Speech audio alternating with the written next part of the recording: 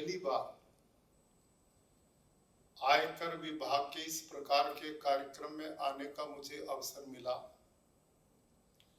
और आदरणीय श्रीमती अपर्णा अग्रवाल जी, आदरणीय श्रीमान सतीश शर्मा जी ने अपने वक्तव्य में अपने जीवन के अनुभव इस डिपार्टमेंट में किस रूप में रहे, उनका बहुत व्यवहारिक दर्शन हम सबको कराया और किस प्रकार से 166 साल पूर्व ये यात्रा चली और आज किस प्रगति और उन्नति की ओर समाज देश को ले जा रही है, इसको जानकर बहुत प्रसन्नता हुई।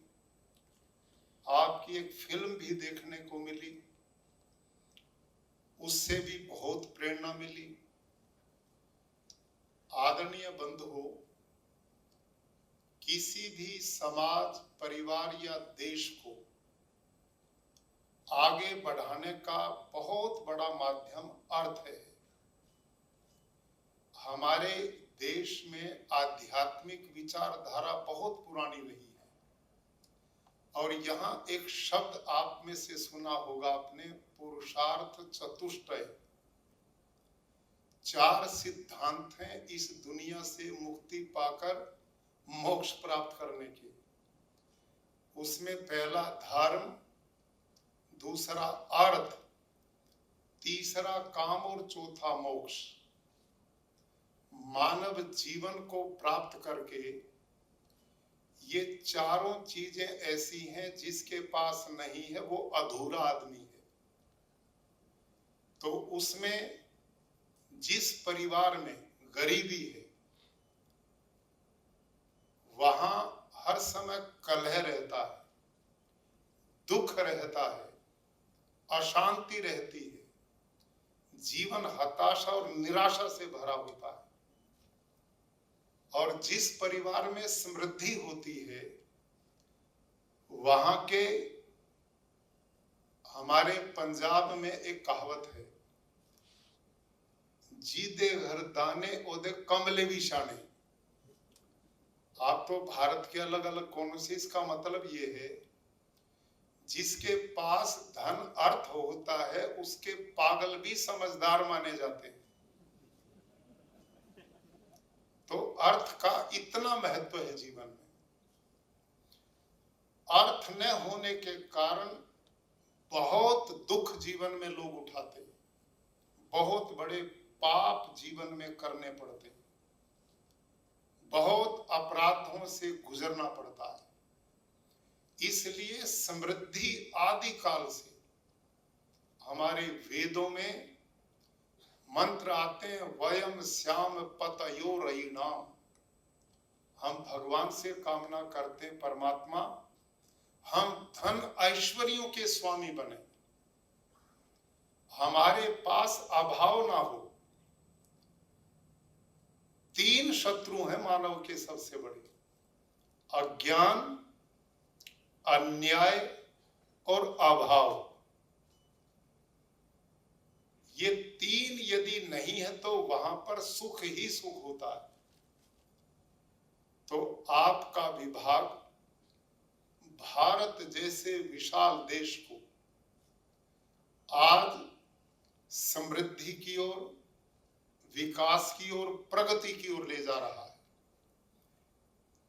यात्रा कहां से चली थी, कितने बड़े बड़े परिवर्तन इसमें किए गए। अभी माननीय शर्मा जी ने बताया, कागज आप सारा दिन रख रखाव में रहते थे, आज डिजिटल हो गया। और आयकर विभाग के बहुत नियम पिछले दिनों बदले गए, लोगों की भी सहूलियत हुई। तो इसके द्वारा लोगों में भी एक विश्वास पैदा होता है, अपनापन पैदा होता है। प्राचीन काल में आपका एक स्लोगन है, कोशः मूलो दंडः, अर्थात शासन की शक्ति का आधार अर्थ ही होता है। कोई भी राष्ट्र जब अर्थहीन हो जाता है तो हमारे पड़ोसी पाकिस्तान जैसी हालत होती है। अब आप देखते हैं क्या स्थिति है। बेचारे बैठते हैं, सलाह करते हैं, अब की बार कटोरे का मुंह किस दिशा में होगा। तो ये सब कुछ अव्यवस्था और वहां के लोगों में राष्ट्र के प्रति समर्पण के भाव का अभाव, उसका परिणाम होता है और उससे बहुत अपमानित ही होना पड़ता है। हम लोक में भी देखते हैं, जो रिश्तेदार अच्छा संपन्न होता है ना, उसकी बड़ी कद्र होती है। जो दोस्त होता उसके प्रति भी भाव अच्छा रहता है। तो ये आज से नहीं है, आदि सृष्टि से ये एक व्यवस्था रही है। और शास्त्रों में पता क्या कहा, जो आदमी निर्धन है, हीन है, इसका मतलब उसमें परिश्रम की कहीं कमजोरी है।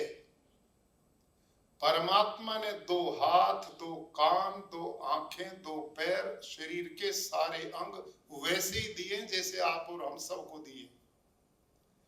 एक अपने विवेक बुद्धि सूझबूझ के द्वारा हर क्षेत्र में आगे बढ़ जाता है, और दूसरा इन सब चीजों की कमजोरी के कारण थपेड़े खाता घूमता है।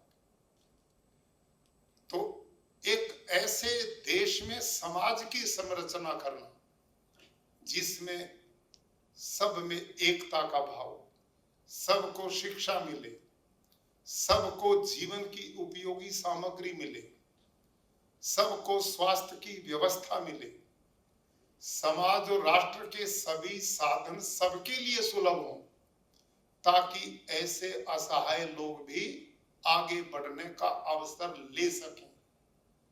इस सोच को ध्यान में रखते हुए पैसे वाले से कुछ टैक्स लेने की व्यवस्था और सामान्य जनों में उसको बांट करके सबको बराबर लाने का विश्वास पैदा करना, ये हमारा मूल मंत्र है इस इनकम टैक्स आयकर विभाग की व्यवस्था का।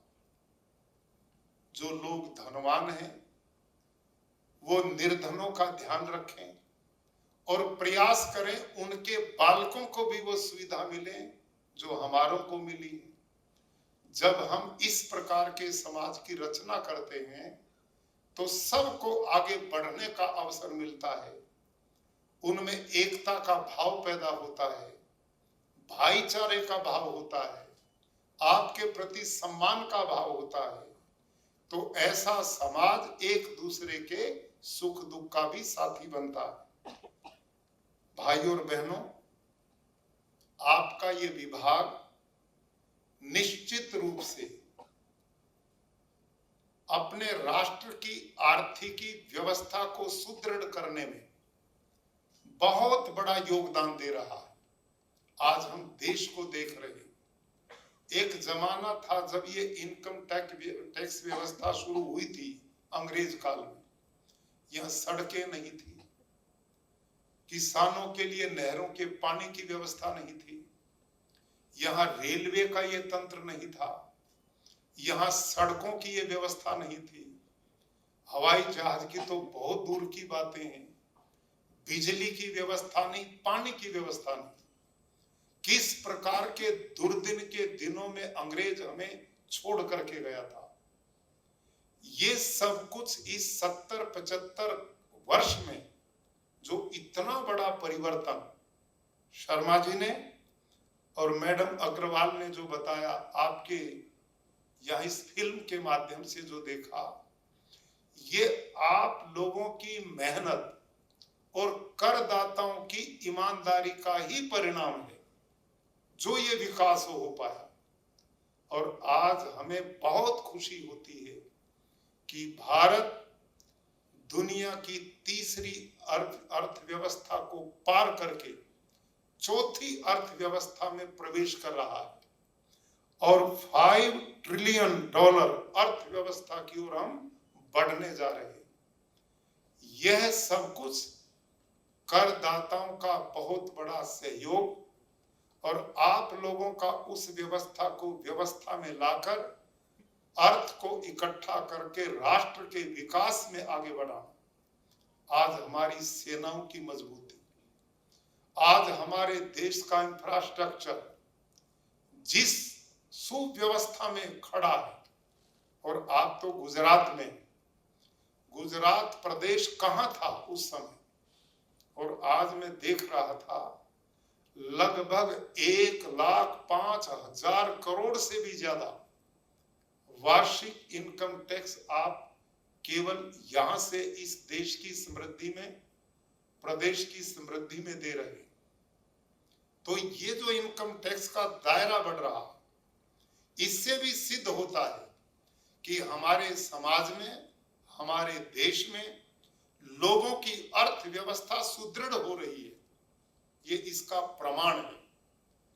आप लोग इसी मेहनत से, इसी लगन से, इसी श्रद्धा के साथ, ईमानदारी से हम एक दूसरे की भावनाओं का सम्मान करेंगे। करदाता और कर को संग्रहण करता आपस में जब डर का भय समाप्त होगा तो इसमें और अच्छा एक व्यवस्था बन पाएगी। बहुत अच्छी बात आदरणीय प्रधान मुख्य आयकर आयुक्त महोदय ने बोली कि जब कोई व्यक्ति आपके पास या आपके सानिध्य में इनकम टैक्स वाला आता है तो उसमें भय का वातावरण ना रहे, और ऐसी अवस्था जैसे यदि ये व्यक्ति मेरी कुर्सी पे होता और मैं इसकी जगह खड़ा होता तो क्या स्थिति बनती, इसको बोलते हैं आपस में बहुत विश्वास का संबंध। और हमारे यहाँ धर्म पता किसे कहा है? धर्म। प्राचीन भारत में ये धर्म नहीं था जो आजकल हम बोलते हैं, ये हिंदू, जैन, बौद्ध, सिख, ईसाई, ये तो बहुत बाद के बाड़े बना लिए और ये बाड़े वापस में संघर्ष करते हैं, ये अच्छा, ये बुरा, मैं ऊंचा, ये नीचा। प्राचीन भारत में धर्म का अर्थ था कर्तव्य का पालन, और इससे भी बड़ा उसका अर्थ था आत्मनः प्रतिकूलानि परेशान समाचरेत। ये था धर्म। क्या मतलब इसका? मैं जो अपने लिए चाहता हूं वो औरों के लिए पैदा करूं। मैं क्या चाहता हूं? मैं ये चाहता हूं कि मेरे साथ कोई अभद्र व्यवहार ना करे, तो मैं दूसरे के साथ अभद्र व्यवहार क्यों करूं? मैं चाहता हूं मेरे को कोई दुख ना दे, तो मैं दूसरे को दुख क्यों दूं? मैं चाहता हूं कि मेरी संपत्ति की कोई चोरी ना करे, तो मैं दूसरे की संपत्ति की चोरी क्यों करूं? मैं चाहता हूं मेरी बहन बेटी को कोई गंदी नजर से ना देखे, तो मैं दूसरे की बहन बेटी को गंदी नजर से क्यों देखूं? इसका नाम था धर्म।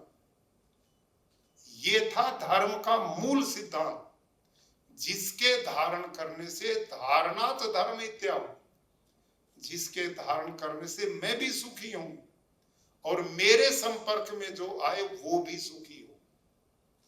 तो आप इस धर्म भाव को लेकर के अपने आयकर दाताओं के साथ संबंध बनाएंगे तो इसमें और पारदर्शिता आएगी, आपस का तालमेल और बनेगा। ऐसा ना हो कि एक शत्रु आ गया, उसके साथ अब पता नहीं क्या क्या करना, बेचारा भारी खतरे में चला जाए।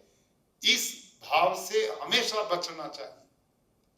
और आजकल आप लोगों ने, सरकार ने जो सरलीकरण किया है उससे अनुभव में आता है, लोगों के बीच में रहते हम, वो कहते हैं अब स्थितियां बहुत बदल गई हैं, बहुत सुधार हुए हैं और दिन पर दिन हो रहे हैं। और उसी का परिणाम है कि इनकम टैक्स में इतनी बड़ी छूट 12 लाख रुपए की कहां से शर्मा जी चले थे, कहां पहुंचा दिया आप लोगों ने। तो ये लोगों में एक आपके प्रति भी, देश के प्रति भी, सरकारों के प्रति भी एक विश्वास का भाव पैदा होता है। तो आज का ये दिन जो स्थापना दिवस है, इस पर मैं आप सबको बहुत बहुत शुभकामनाएं भी देता हूं, बधाई देता हूं और विश्वास है कि आप लोग और मेहनत निष्ठा के साथ देश की समृद्धि में, देश के विकास में आपका लगातार योगदान बना रहेगा, करदाताओं का इसी रूप में बना रहेगा, ताकि अपना देश प्रधानमंत्री जी का जो महान लक्ष्य है 2047 तक हम भारत को विकसित भारत के रूप में देखें। निश्चित रूप से इसमें आपका बहुत बड़ा योगदान रहा है, आज भी है और रहने वाला भी है। अर्थ बहुत बड़ी समृद्धि का रास्ता तय करता है, सुख का रास्ता तय करता है, लोगों में सुविधाओं प्रदान करता है। इन्हीं शब्दों के साथ मैं माननीय शर्मा जी को विशेष रूप से धन्यवाद देता हूं कि उन्होंने आप सबके दर्शन करने का सौभाग्य दिया। आप सबके प्रति मैं बहुत अच्छे स्वास्थ्य की कामना करता हूं, दीर्घ जीवन की कामना करता हूं, आपके घरों में सुख शांति रहे, आप सुखी रहेंगे तो भारत और प्रगति उन्नति करेगा। धन्यवाद।